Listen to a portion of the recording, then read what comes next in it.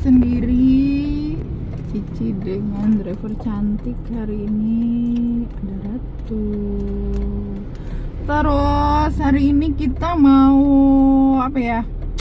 Cici mau share tentang tips buat teman-teman yang baru membangun pusat latihan ya, pusat latihan karate atau pusat latihan olahraga semua usia bisa gitu. Tipsnya gimana sih gitu, polanya, caranya gitu kan. Yang mau Cici share hari ini tuh tips melatih karate untuk murid-murid baru gitu guys. Ikuti terus channel YouTube Cici Reni, jangan lupa like dong, terus komen, terus di share dan subscribe.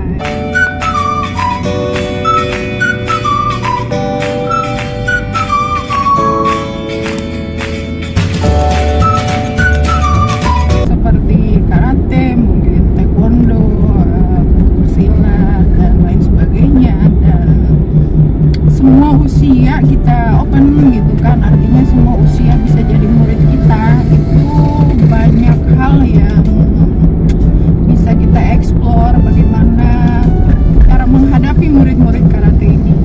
Karena tujuan dari kita membuka pusat pelatihan atau dojo itu adalah yang pertama, pasti ada dari pelatih-pelatih ini ingin murid-muridnya bisa berkembang, bisa maju dan menjadi atlet, baik atlet di daerah maupun atlet nasional bahkan internasional, pasti ada seperti itu. Nah, jadi untuk kita mencapai murid-murid kita seperti itu, kita banyak hal yang harus kita banyak hal yang harus kita jalani gitu, banyak hal yang harus kita lakukan. Nah, yang pertama sekarang ini murid baru ini pun kita bisa bagi-bagi guys kategorinya. Misalnya kalau murid baru karate tapi dengan usia yang di usia SMP gitu ya, di usia SMP artinya belasan, bisa jadi itu murid-murid sudah paling tidak paham, terus kita ngajarinnya juga, ngelatihnya juga lebih enak karena kan udah mulai ngerti kan, seperti itu. Anak-anak bisa kelas 7 ya, kelas 7, 8, 9 itu udah ngerti guys, jadi kita nggak perlu yang terkuras emosinya lagi gitu kan. Artinya gerakan dasar mereka udah terbiasa olahraga di sekolah ya kan, dari latihan pemanasan dan lain sebagainya, itu badannya udah nggak seberapa kaku ya kan, terus daya tangkapnya juga udah enak. Nah, sekarang Cici share tentang murid-murid baru itu tipsnya antara lain ya guys, kita butuh yang pertama dan yang terpenting itu adalah kesabaran gitu. Jadi untuk kalian para pelatih yang baru akan membangun dojo atau pusat latihan olahraga karate ataupun bela diri lainnya, itu harus sabar guys gitu. Jadi harus ekstra sabar ya kan. Jadi kita akan emosi kita tuh benar-benar terkuras. Kenapa? Anak-anak yang benar-benar murid baru di usia 7 tahun, bayangkan ya kan, di usia 7 tahun itu belum bisa pertama kita beri materi terus mereka langsung bisa menangkap bagaimana dari nama teknik satu gerakan aja ya kan, terus itu mereka peragakan walaupun kita sudah kasih contoh berulang-ulang, itu belum tentu gitu. Karena kan pasti beda ya, anak yang satu, murid yang satu dengan murid yang lain itu pasti beda. Itu di usia-usia 7 tahun itu nggak bisa. Jadi kita benar-benar butuh kesabaran. Apalagi di dojo Zeo ini guys, itu Cici dan para pelatih lainnya itu membuka untuk yang usia 3 tahun itu udah boleh, udah bisa mendaftar di Zeo Karate Team ini gitu. Dengan pola latih itu tadi, dengan kesabaran, selanjutnya di 3 bulan pertama itu kita membuat nyaman dulu nih murid-murid baru ini, ya kan, di usia-usia 3 tahun ke atas, 7 tahun sampai dengan 8 tahun, maksimal kelas 3 SD lah ya, kelas 3 SD itu murid baru yang benar-benar butuh kesabaran. Terus pola latihnya, pola didiknya di murid-murid baru yang di usia seperti itu kita buat nyaman dulu, jadi mereka sambil bermain nggak apa-apa. Jadi nggak harus kita punya target dalam satu kali latihan mereka harus hafal, mereka harus bisa. Itu belum bisa kita terapkan pada murid-murid baru yang usia 3 tahun sampai ke 9 tahun gitu. Jadi satu, kesabaran. Terus yang kedua, pola latihnya disertai dengan bermain, dengan bercanda, nggak apa-apa ya. Selanjutnya lagi 3 bulan pertama itu belum kita kasih materi atau belum kita berikan ekspektasi bahwa murid tersebut harus hafal, harus bisa, powernya harus ada, itu belum gitu 3 bulan pertama. Nah, selanjutnya lagi ketika kita melatih murid-murid baru di minggu-minggu pertama itu kita hanya di materi pelatihan dulu, di materi pemanasan gitu. Minggu pertama murid-murid baru itu yang usianya 3 tahun sampai dengan 9 tahun guys, itu di pemanasan dulu, di teknik pemanasan. Itu bagaimana tangannya, apa nama gerakan pemanasannya, tangan, kaki dan lain sebagainya, itu benar-benar dari awal gitu. Jadi benar-benar kita combine beberapa tips tadi, kesabaran, sambil bermain, membuat nyaman murid baru, itu kita combine ketika kita memberikan materi pemanasan. Nah, itu dulu di minggu-minggu pertama, pemanasan gitu. Selanjutnya yang tips yang ke-5 itu adalah untuk teknik. Nah, untuk teknik nih, teknik karate nih ya kan, kita bicara karate.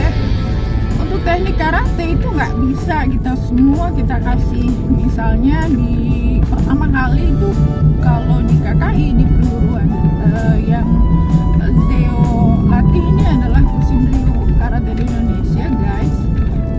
Misalnya di dalam gerakan dasar untuk putih itu misalnya ada 12 gerakan. Nah, itu belum bisa kita berikan semua di minggu-minggu pertama itu. Mungkin kita baru di teknik tangan gitu, gerakan tangan dulu ya kan. Teknik tangan ini apa namanya, Judan Cuki kalau istilah kita di KKI itu. Teknik tangan itu Judan Cuki gitu. Nah, Judan Cuki dibarengin dengan teknik kakinya, misalnya Nepanjin Judan Cuki, Ibadachi Judan Cuki gitu, terus Shikodachi Judan Cuki. Nah, seperti itu. Selanjutnya ada Urakenuchi. Nah, itu belum bisa guys kita berikan semua gitu di minggu-minggu pertama, minimal 1 bulan pertama itu. Kalau kita jadwalnya 1 minggu sekali, artinya dalam 1 bulan kan 4 kali, itu minimal bulan pertama itu pemanasan dulu gitu, sambil kita kasih gerakan teknik pukulan tangan, pukulan. Misalnya teknik tangan itu dia ada 6, ya berarti 3 gerakan dulu kita kasih gitu di bulan pertama.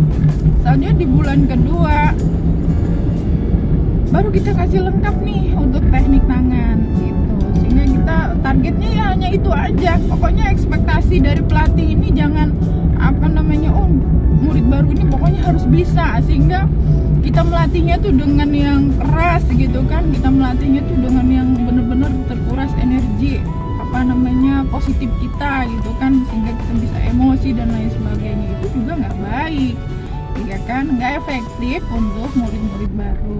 Jadi bertahap, kita berikan bertahap dengan ekspektasi rendah aja. Oh iya, ini murid baru, jadi kita pelatih harus punya mindset, oh iya ini murid baru gitu. Kita berikan, tetapi kita tidak berekspektasi mereka harus bisa saat ini gitu.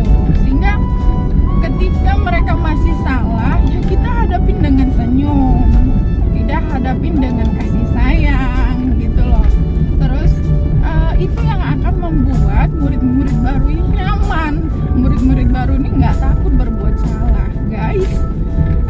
Untuk satu teknik terbaik itu membutuhkan banyak sekali teknik-teknik yang salah. Itu mindsetnya. Sehingga ketika kita menghadapi murid baru yang salah, itu kita sabar aja. Kita harus sabar. Justru kita harus kasih tekniknya itu dengan pola latih yang lebih sederhana lagi, yang lebih mudah dicerna dengan anak-anak seusia murid-murid baru kita. Jadi seperti itu. Insya Allah dalam 3 bulan pertama, kalau tips atau langkah-langkah sederhana ini bisa kita terus lakukan, nanti bulan keempat baru deh kita bisa kasih, misalnya kita kasih teknik-teknik dasar dulu semua gitu. Dan untuk di KKI guys, itu kita 6 bulan setelah latihan, 6 bulan pertama, dan setiap 6 bulan berikutnya itu kita ada ujian karate gitu. Jadi dengan tips-tips sederhana tadi, ketika di bulan kelima materi itu sudah kita sampaikan untuk di sabuk putih, insya Allah tuh udah siap ketika nanti akan ada ujian untuk naik ke sabuk kuning. Jadi seperti itu gitu. Kalau misalnya teman-teman bertanya apa sih kendala-kendalanya pelatih-pelatih ZEO gitu kan untuk menghadapi murid-murid baru ini, banyak sekali guys gitu. Jadi kalau misalnya kita tidak bisa memberikan pola latih yang membuat nyaman murid-murid baru di usia ini, itu kemungkinannya banyak sekali murid-murid baru yang akan hilang. Jadi hukum probabilitas di karate ini, di perkembangan dojo, pusat latihan karate, itu sangat-sangat berlaku gitu. Jadi misalnya 10 murid yang ada yang masuk sebagai murid baru, jangan berekspektasi 10-10-nya ini bakalan stay, bertahan di dojo kita, ya kan? Karena kita harus siap, di antara 10 ini berbandingnya itu hanya satu gitu. Kemungkinannya hanya satu yang bisa aktif, yang bisa semangat gitu, yang bisa pola tangkapnya itu cepat, itu hanya satu gitu. Dan dari 2019 Ci dengan senpai-senpai yang lain mengembangkan dojo ZEO ini ya seperti itu. Sehingga nggak jarang ketika ada 100 murid baru nih, misalnya kita kerjasama dengan sekolah ya kan, karena basic kita adalah ekskul ya gitu. Jadi objek kita itu sekolah, ekskul gitu. Jadi anak-anak yang memang di usia-usia sekolah. Jadi kerjasama nih misalnya dengan satu sekolah.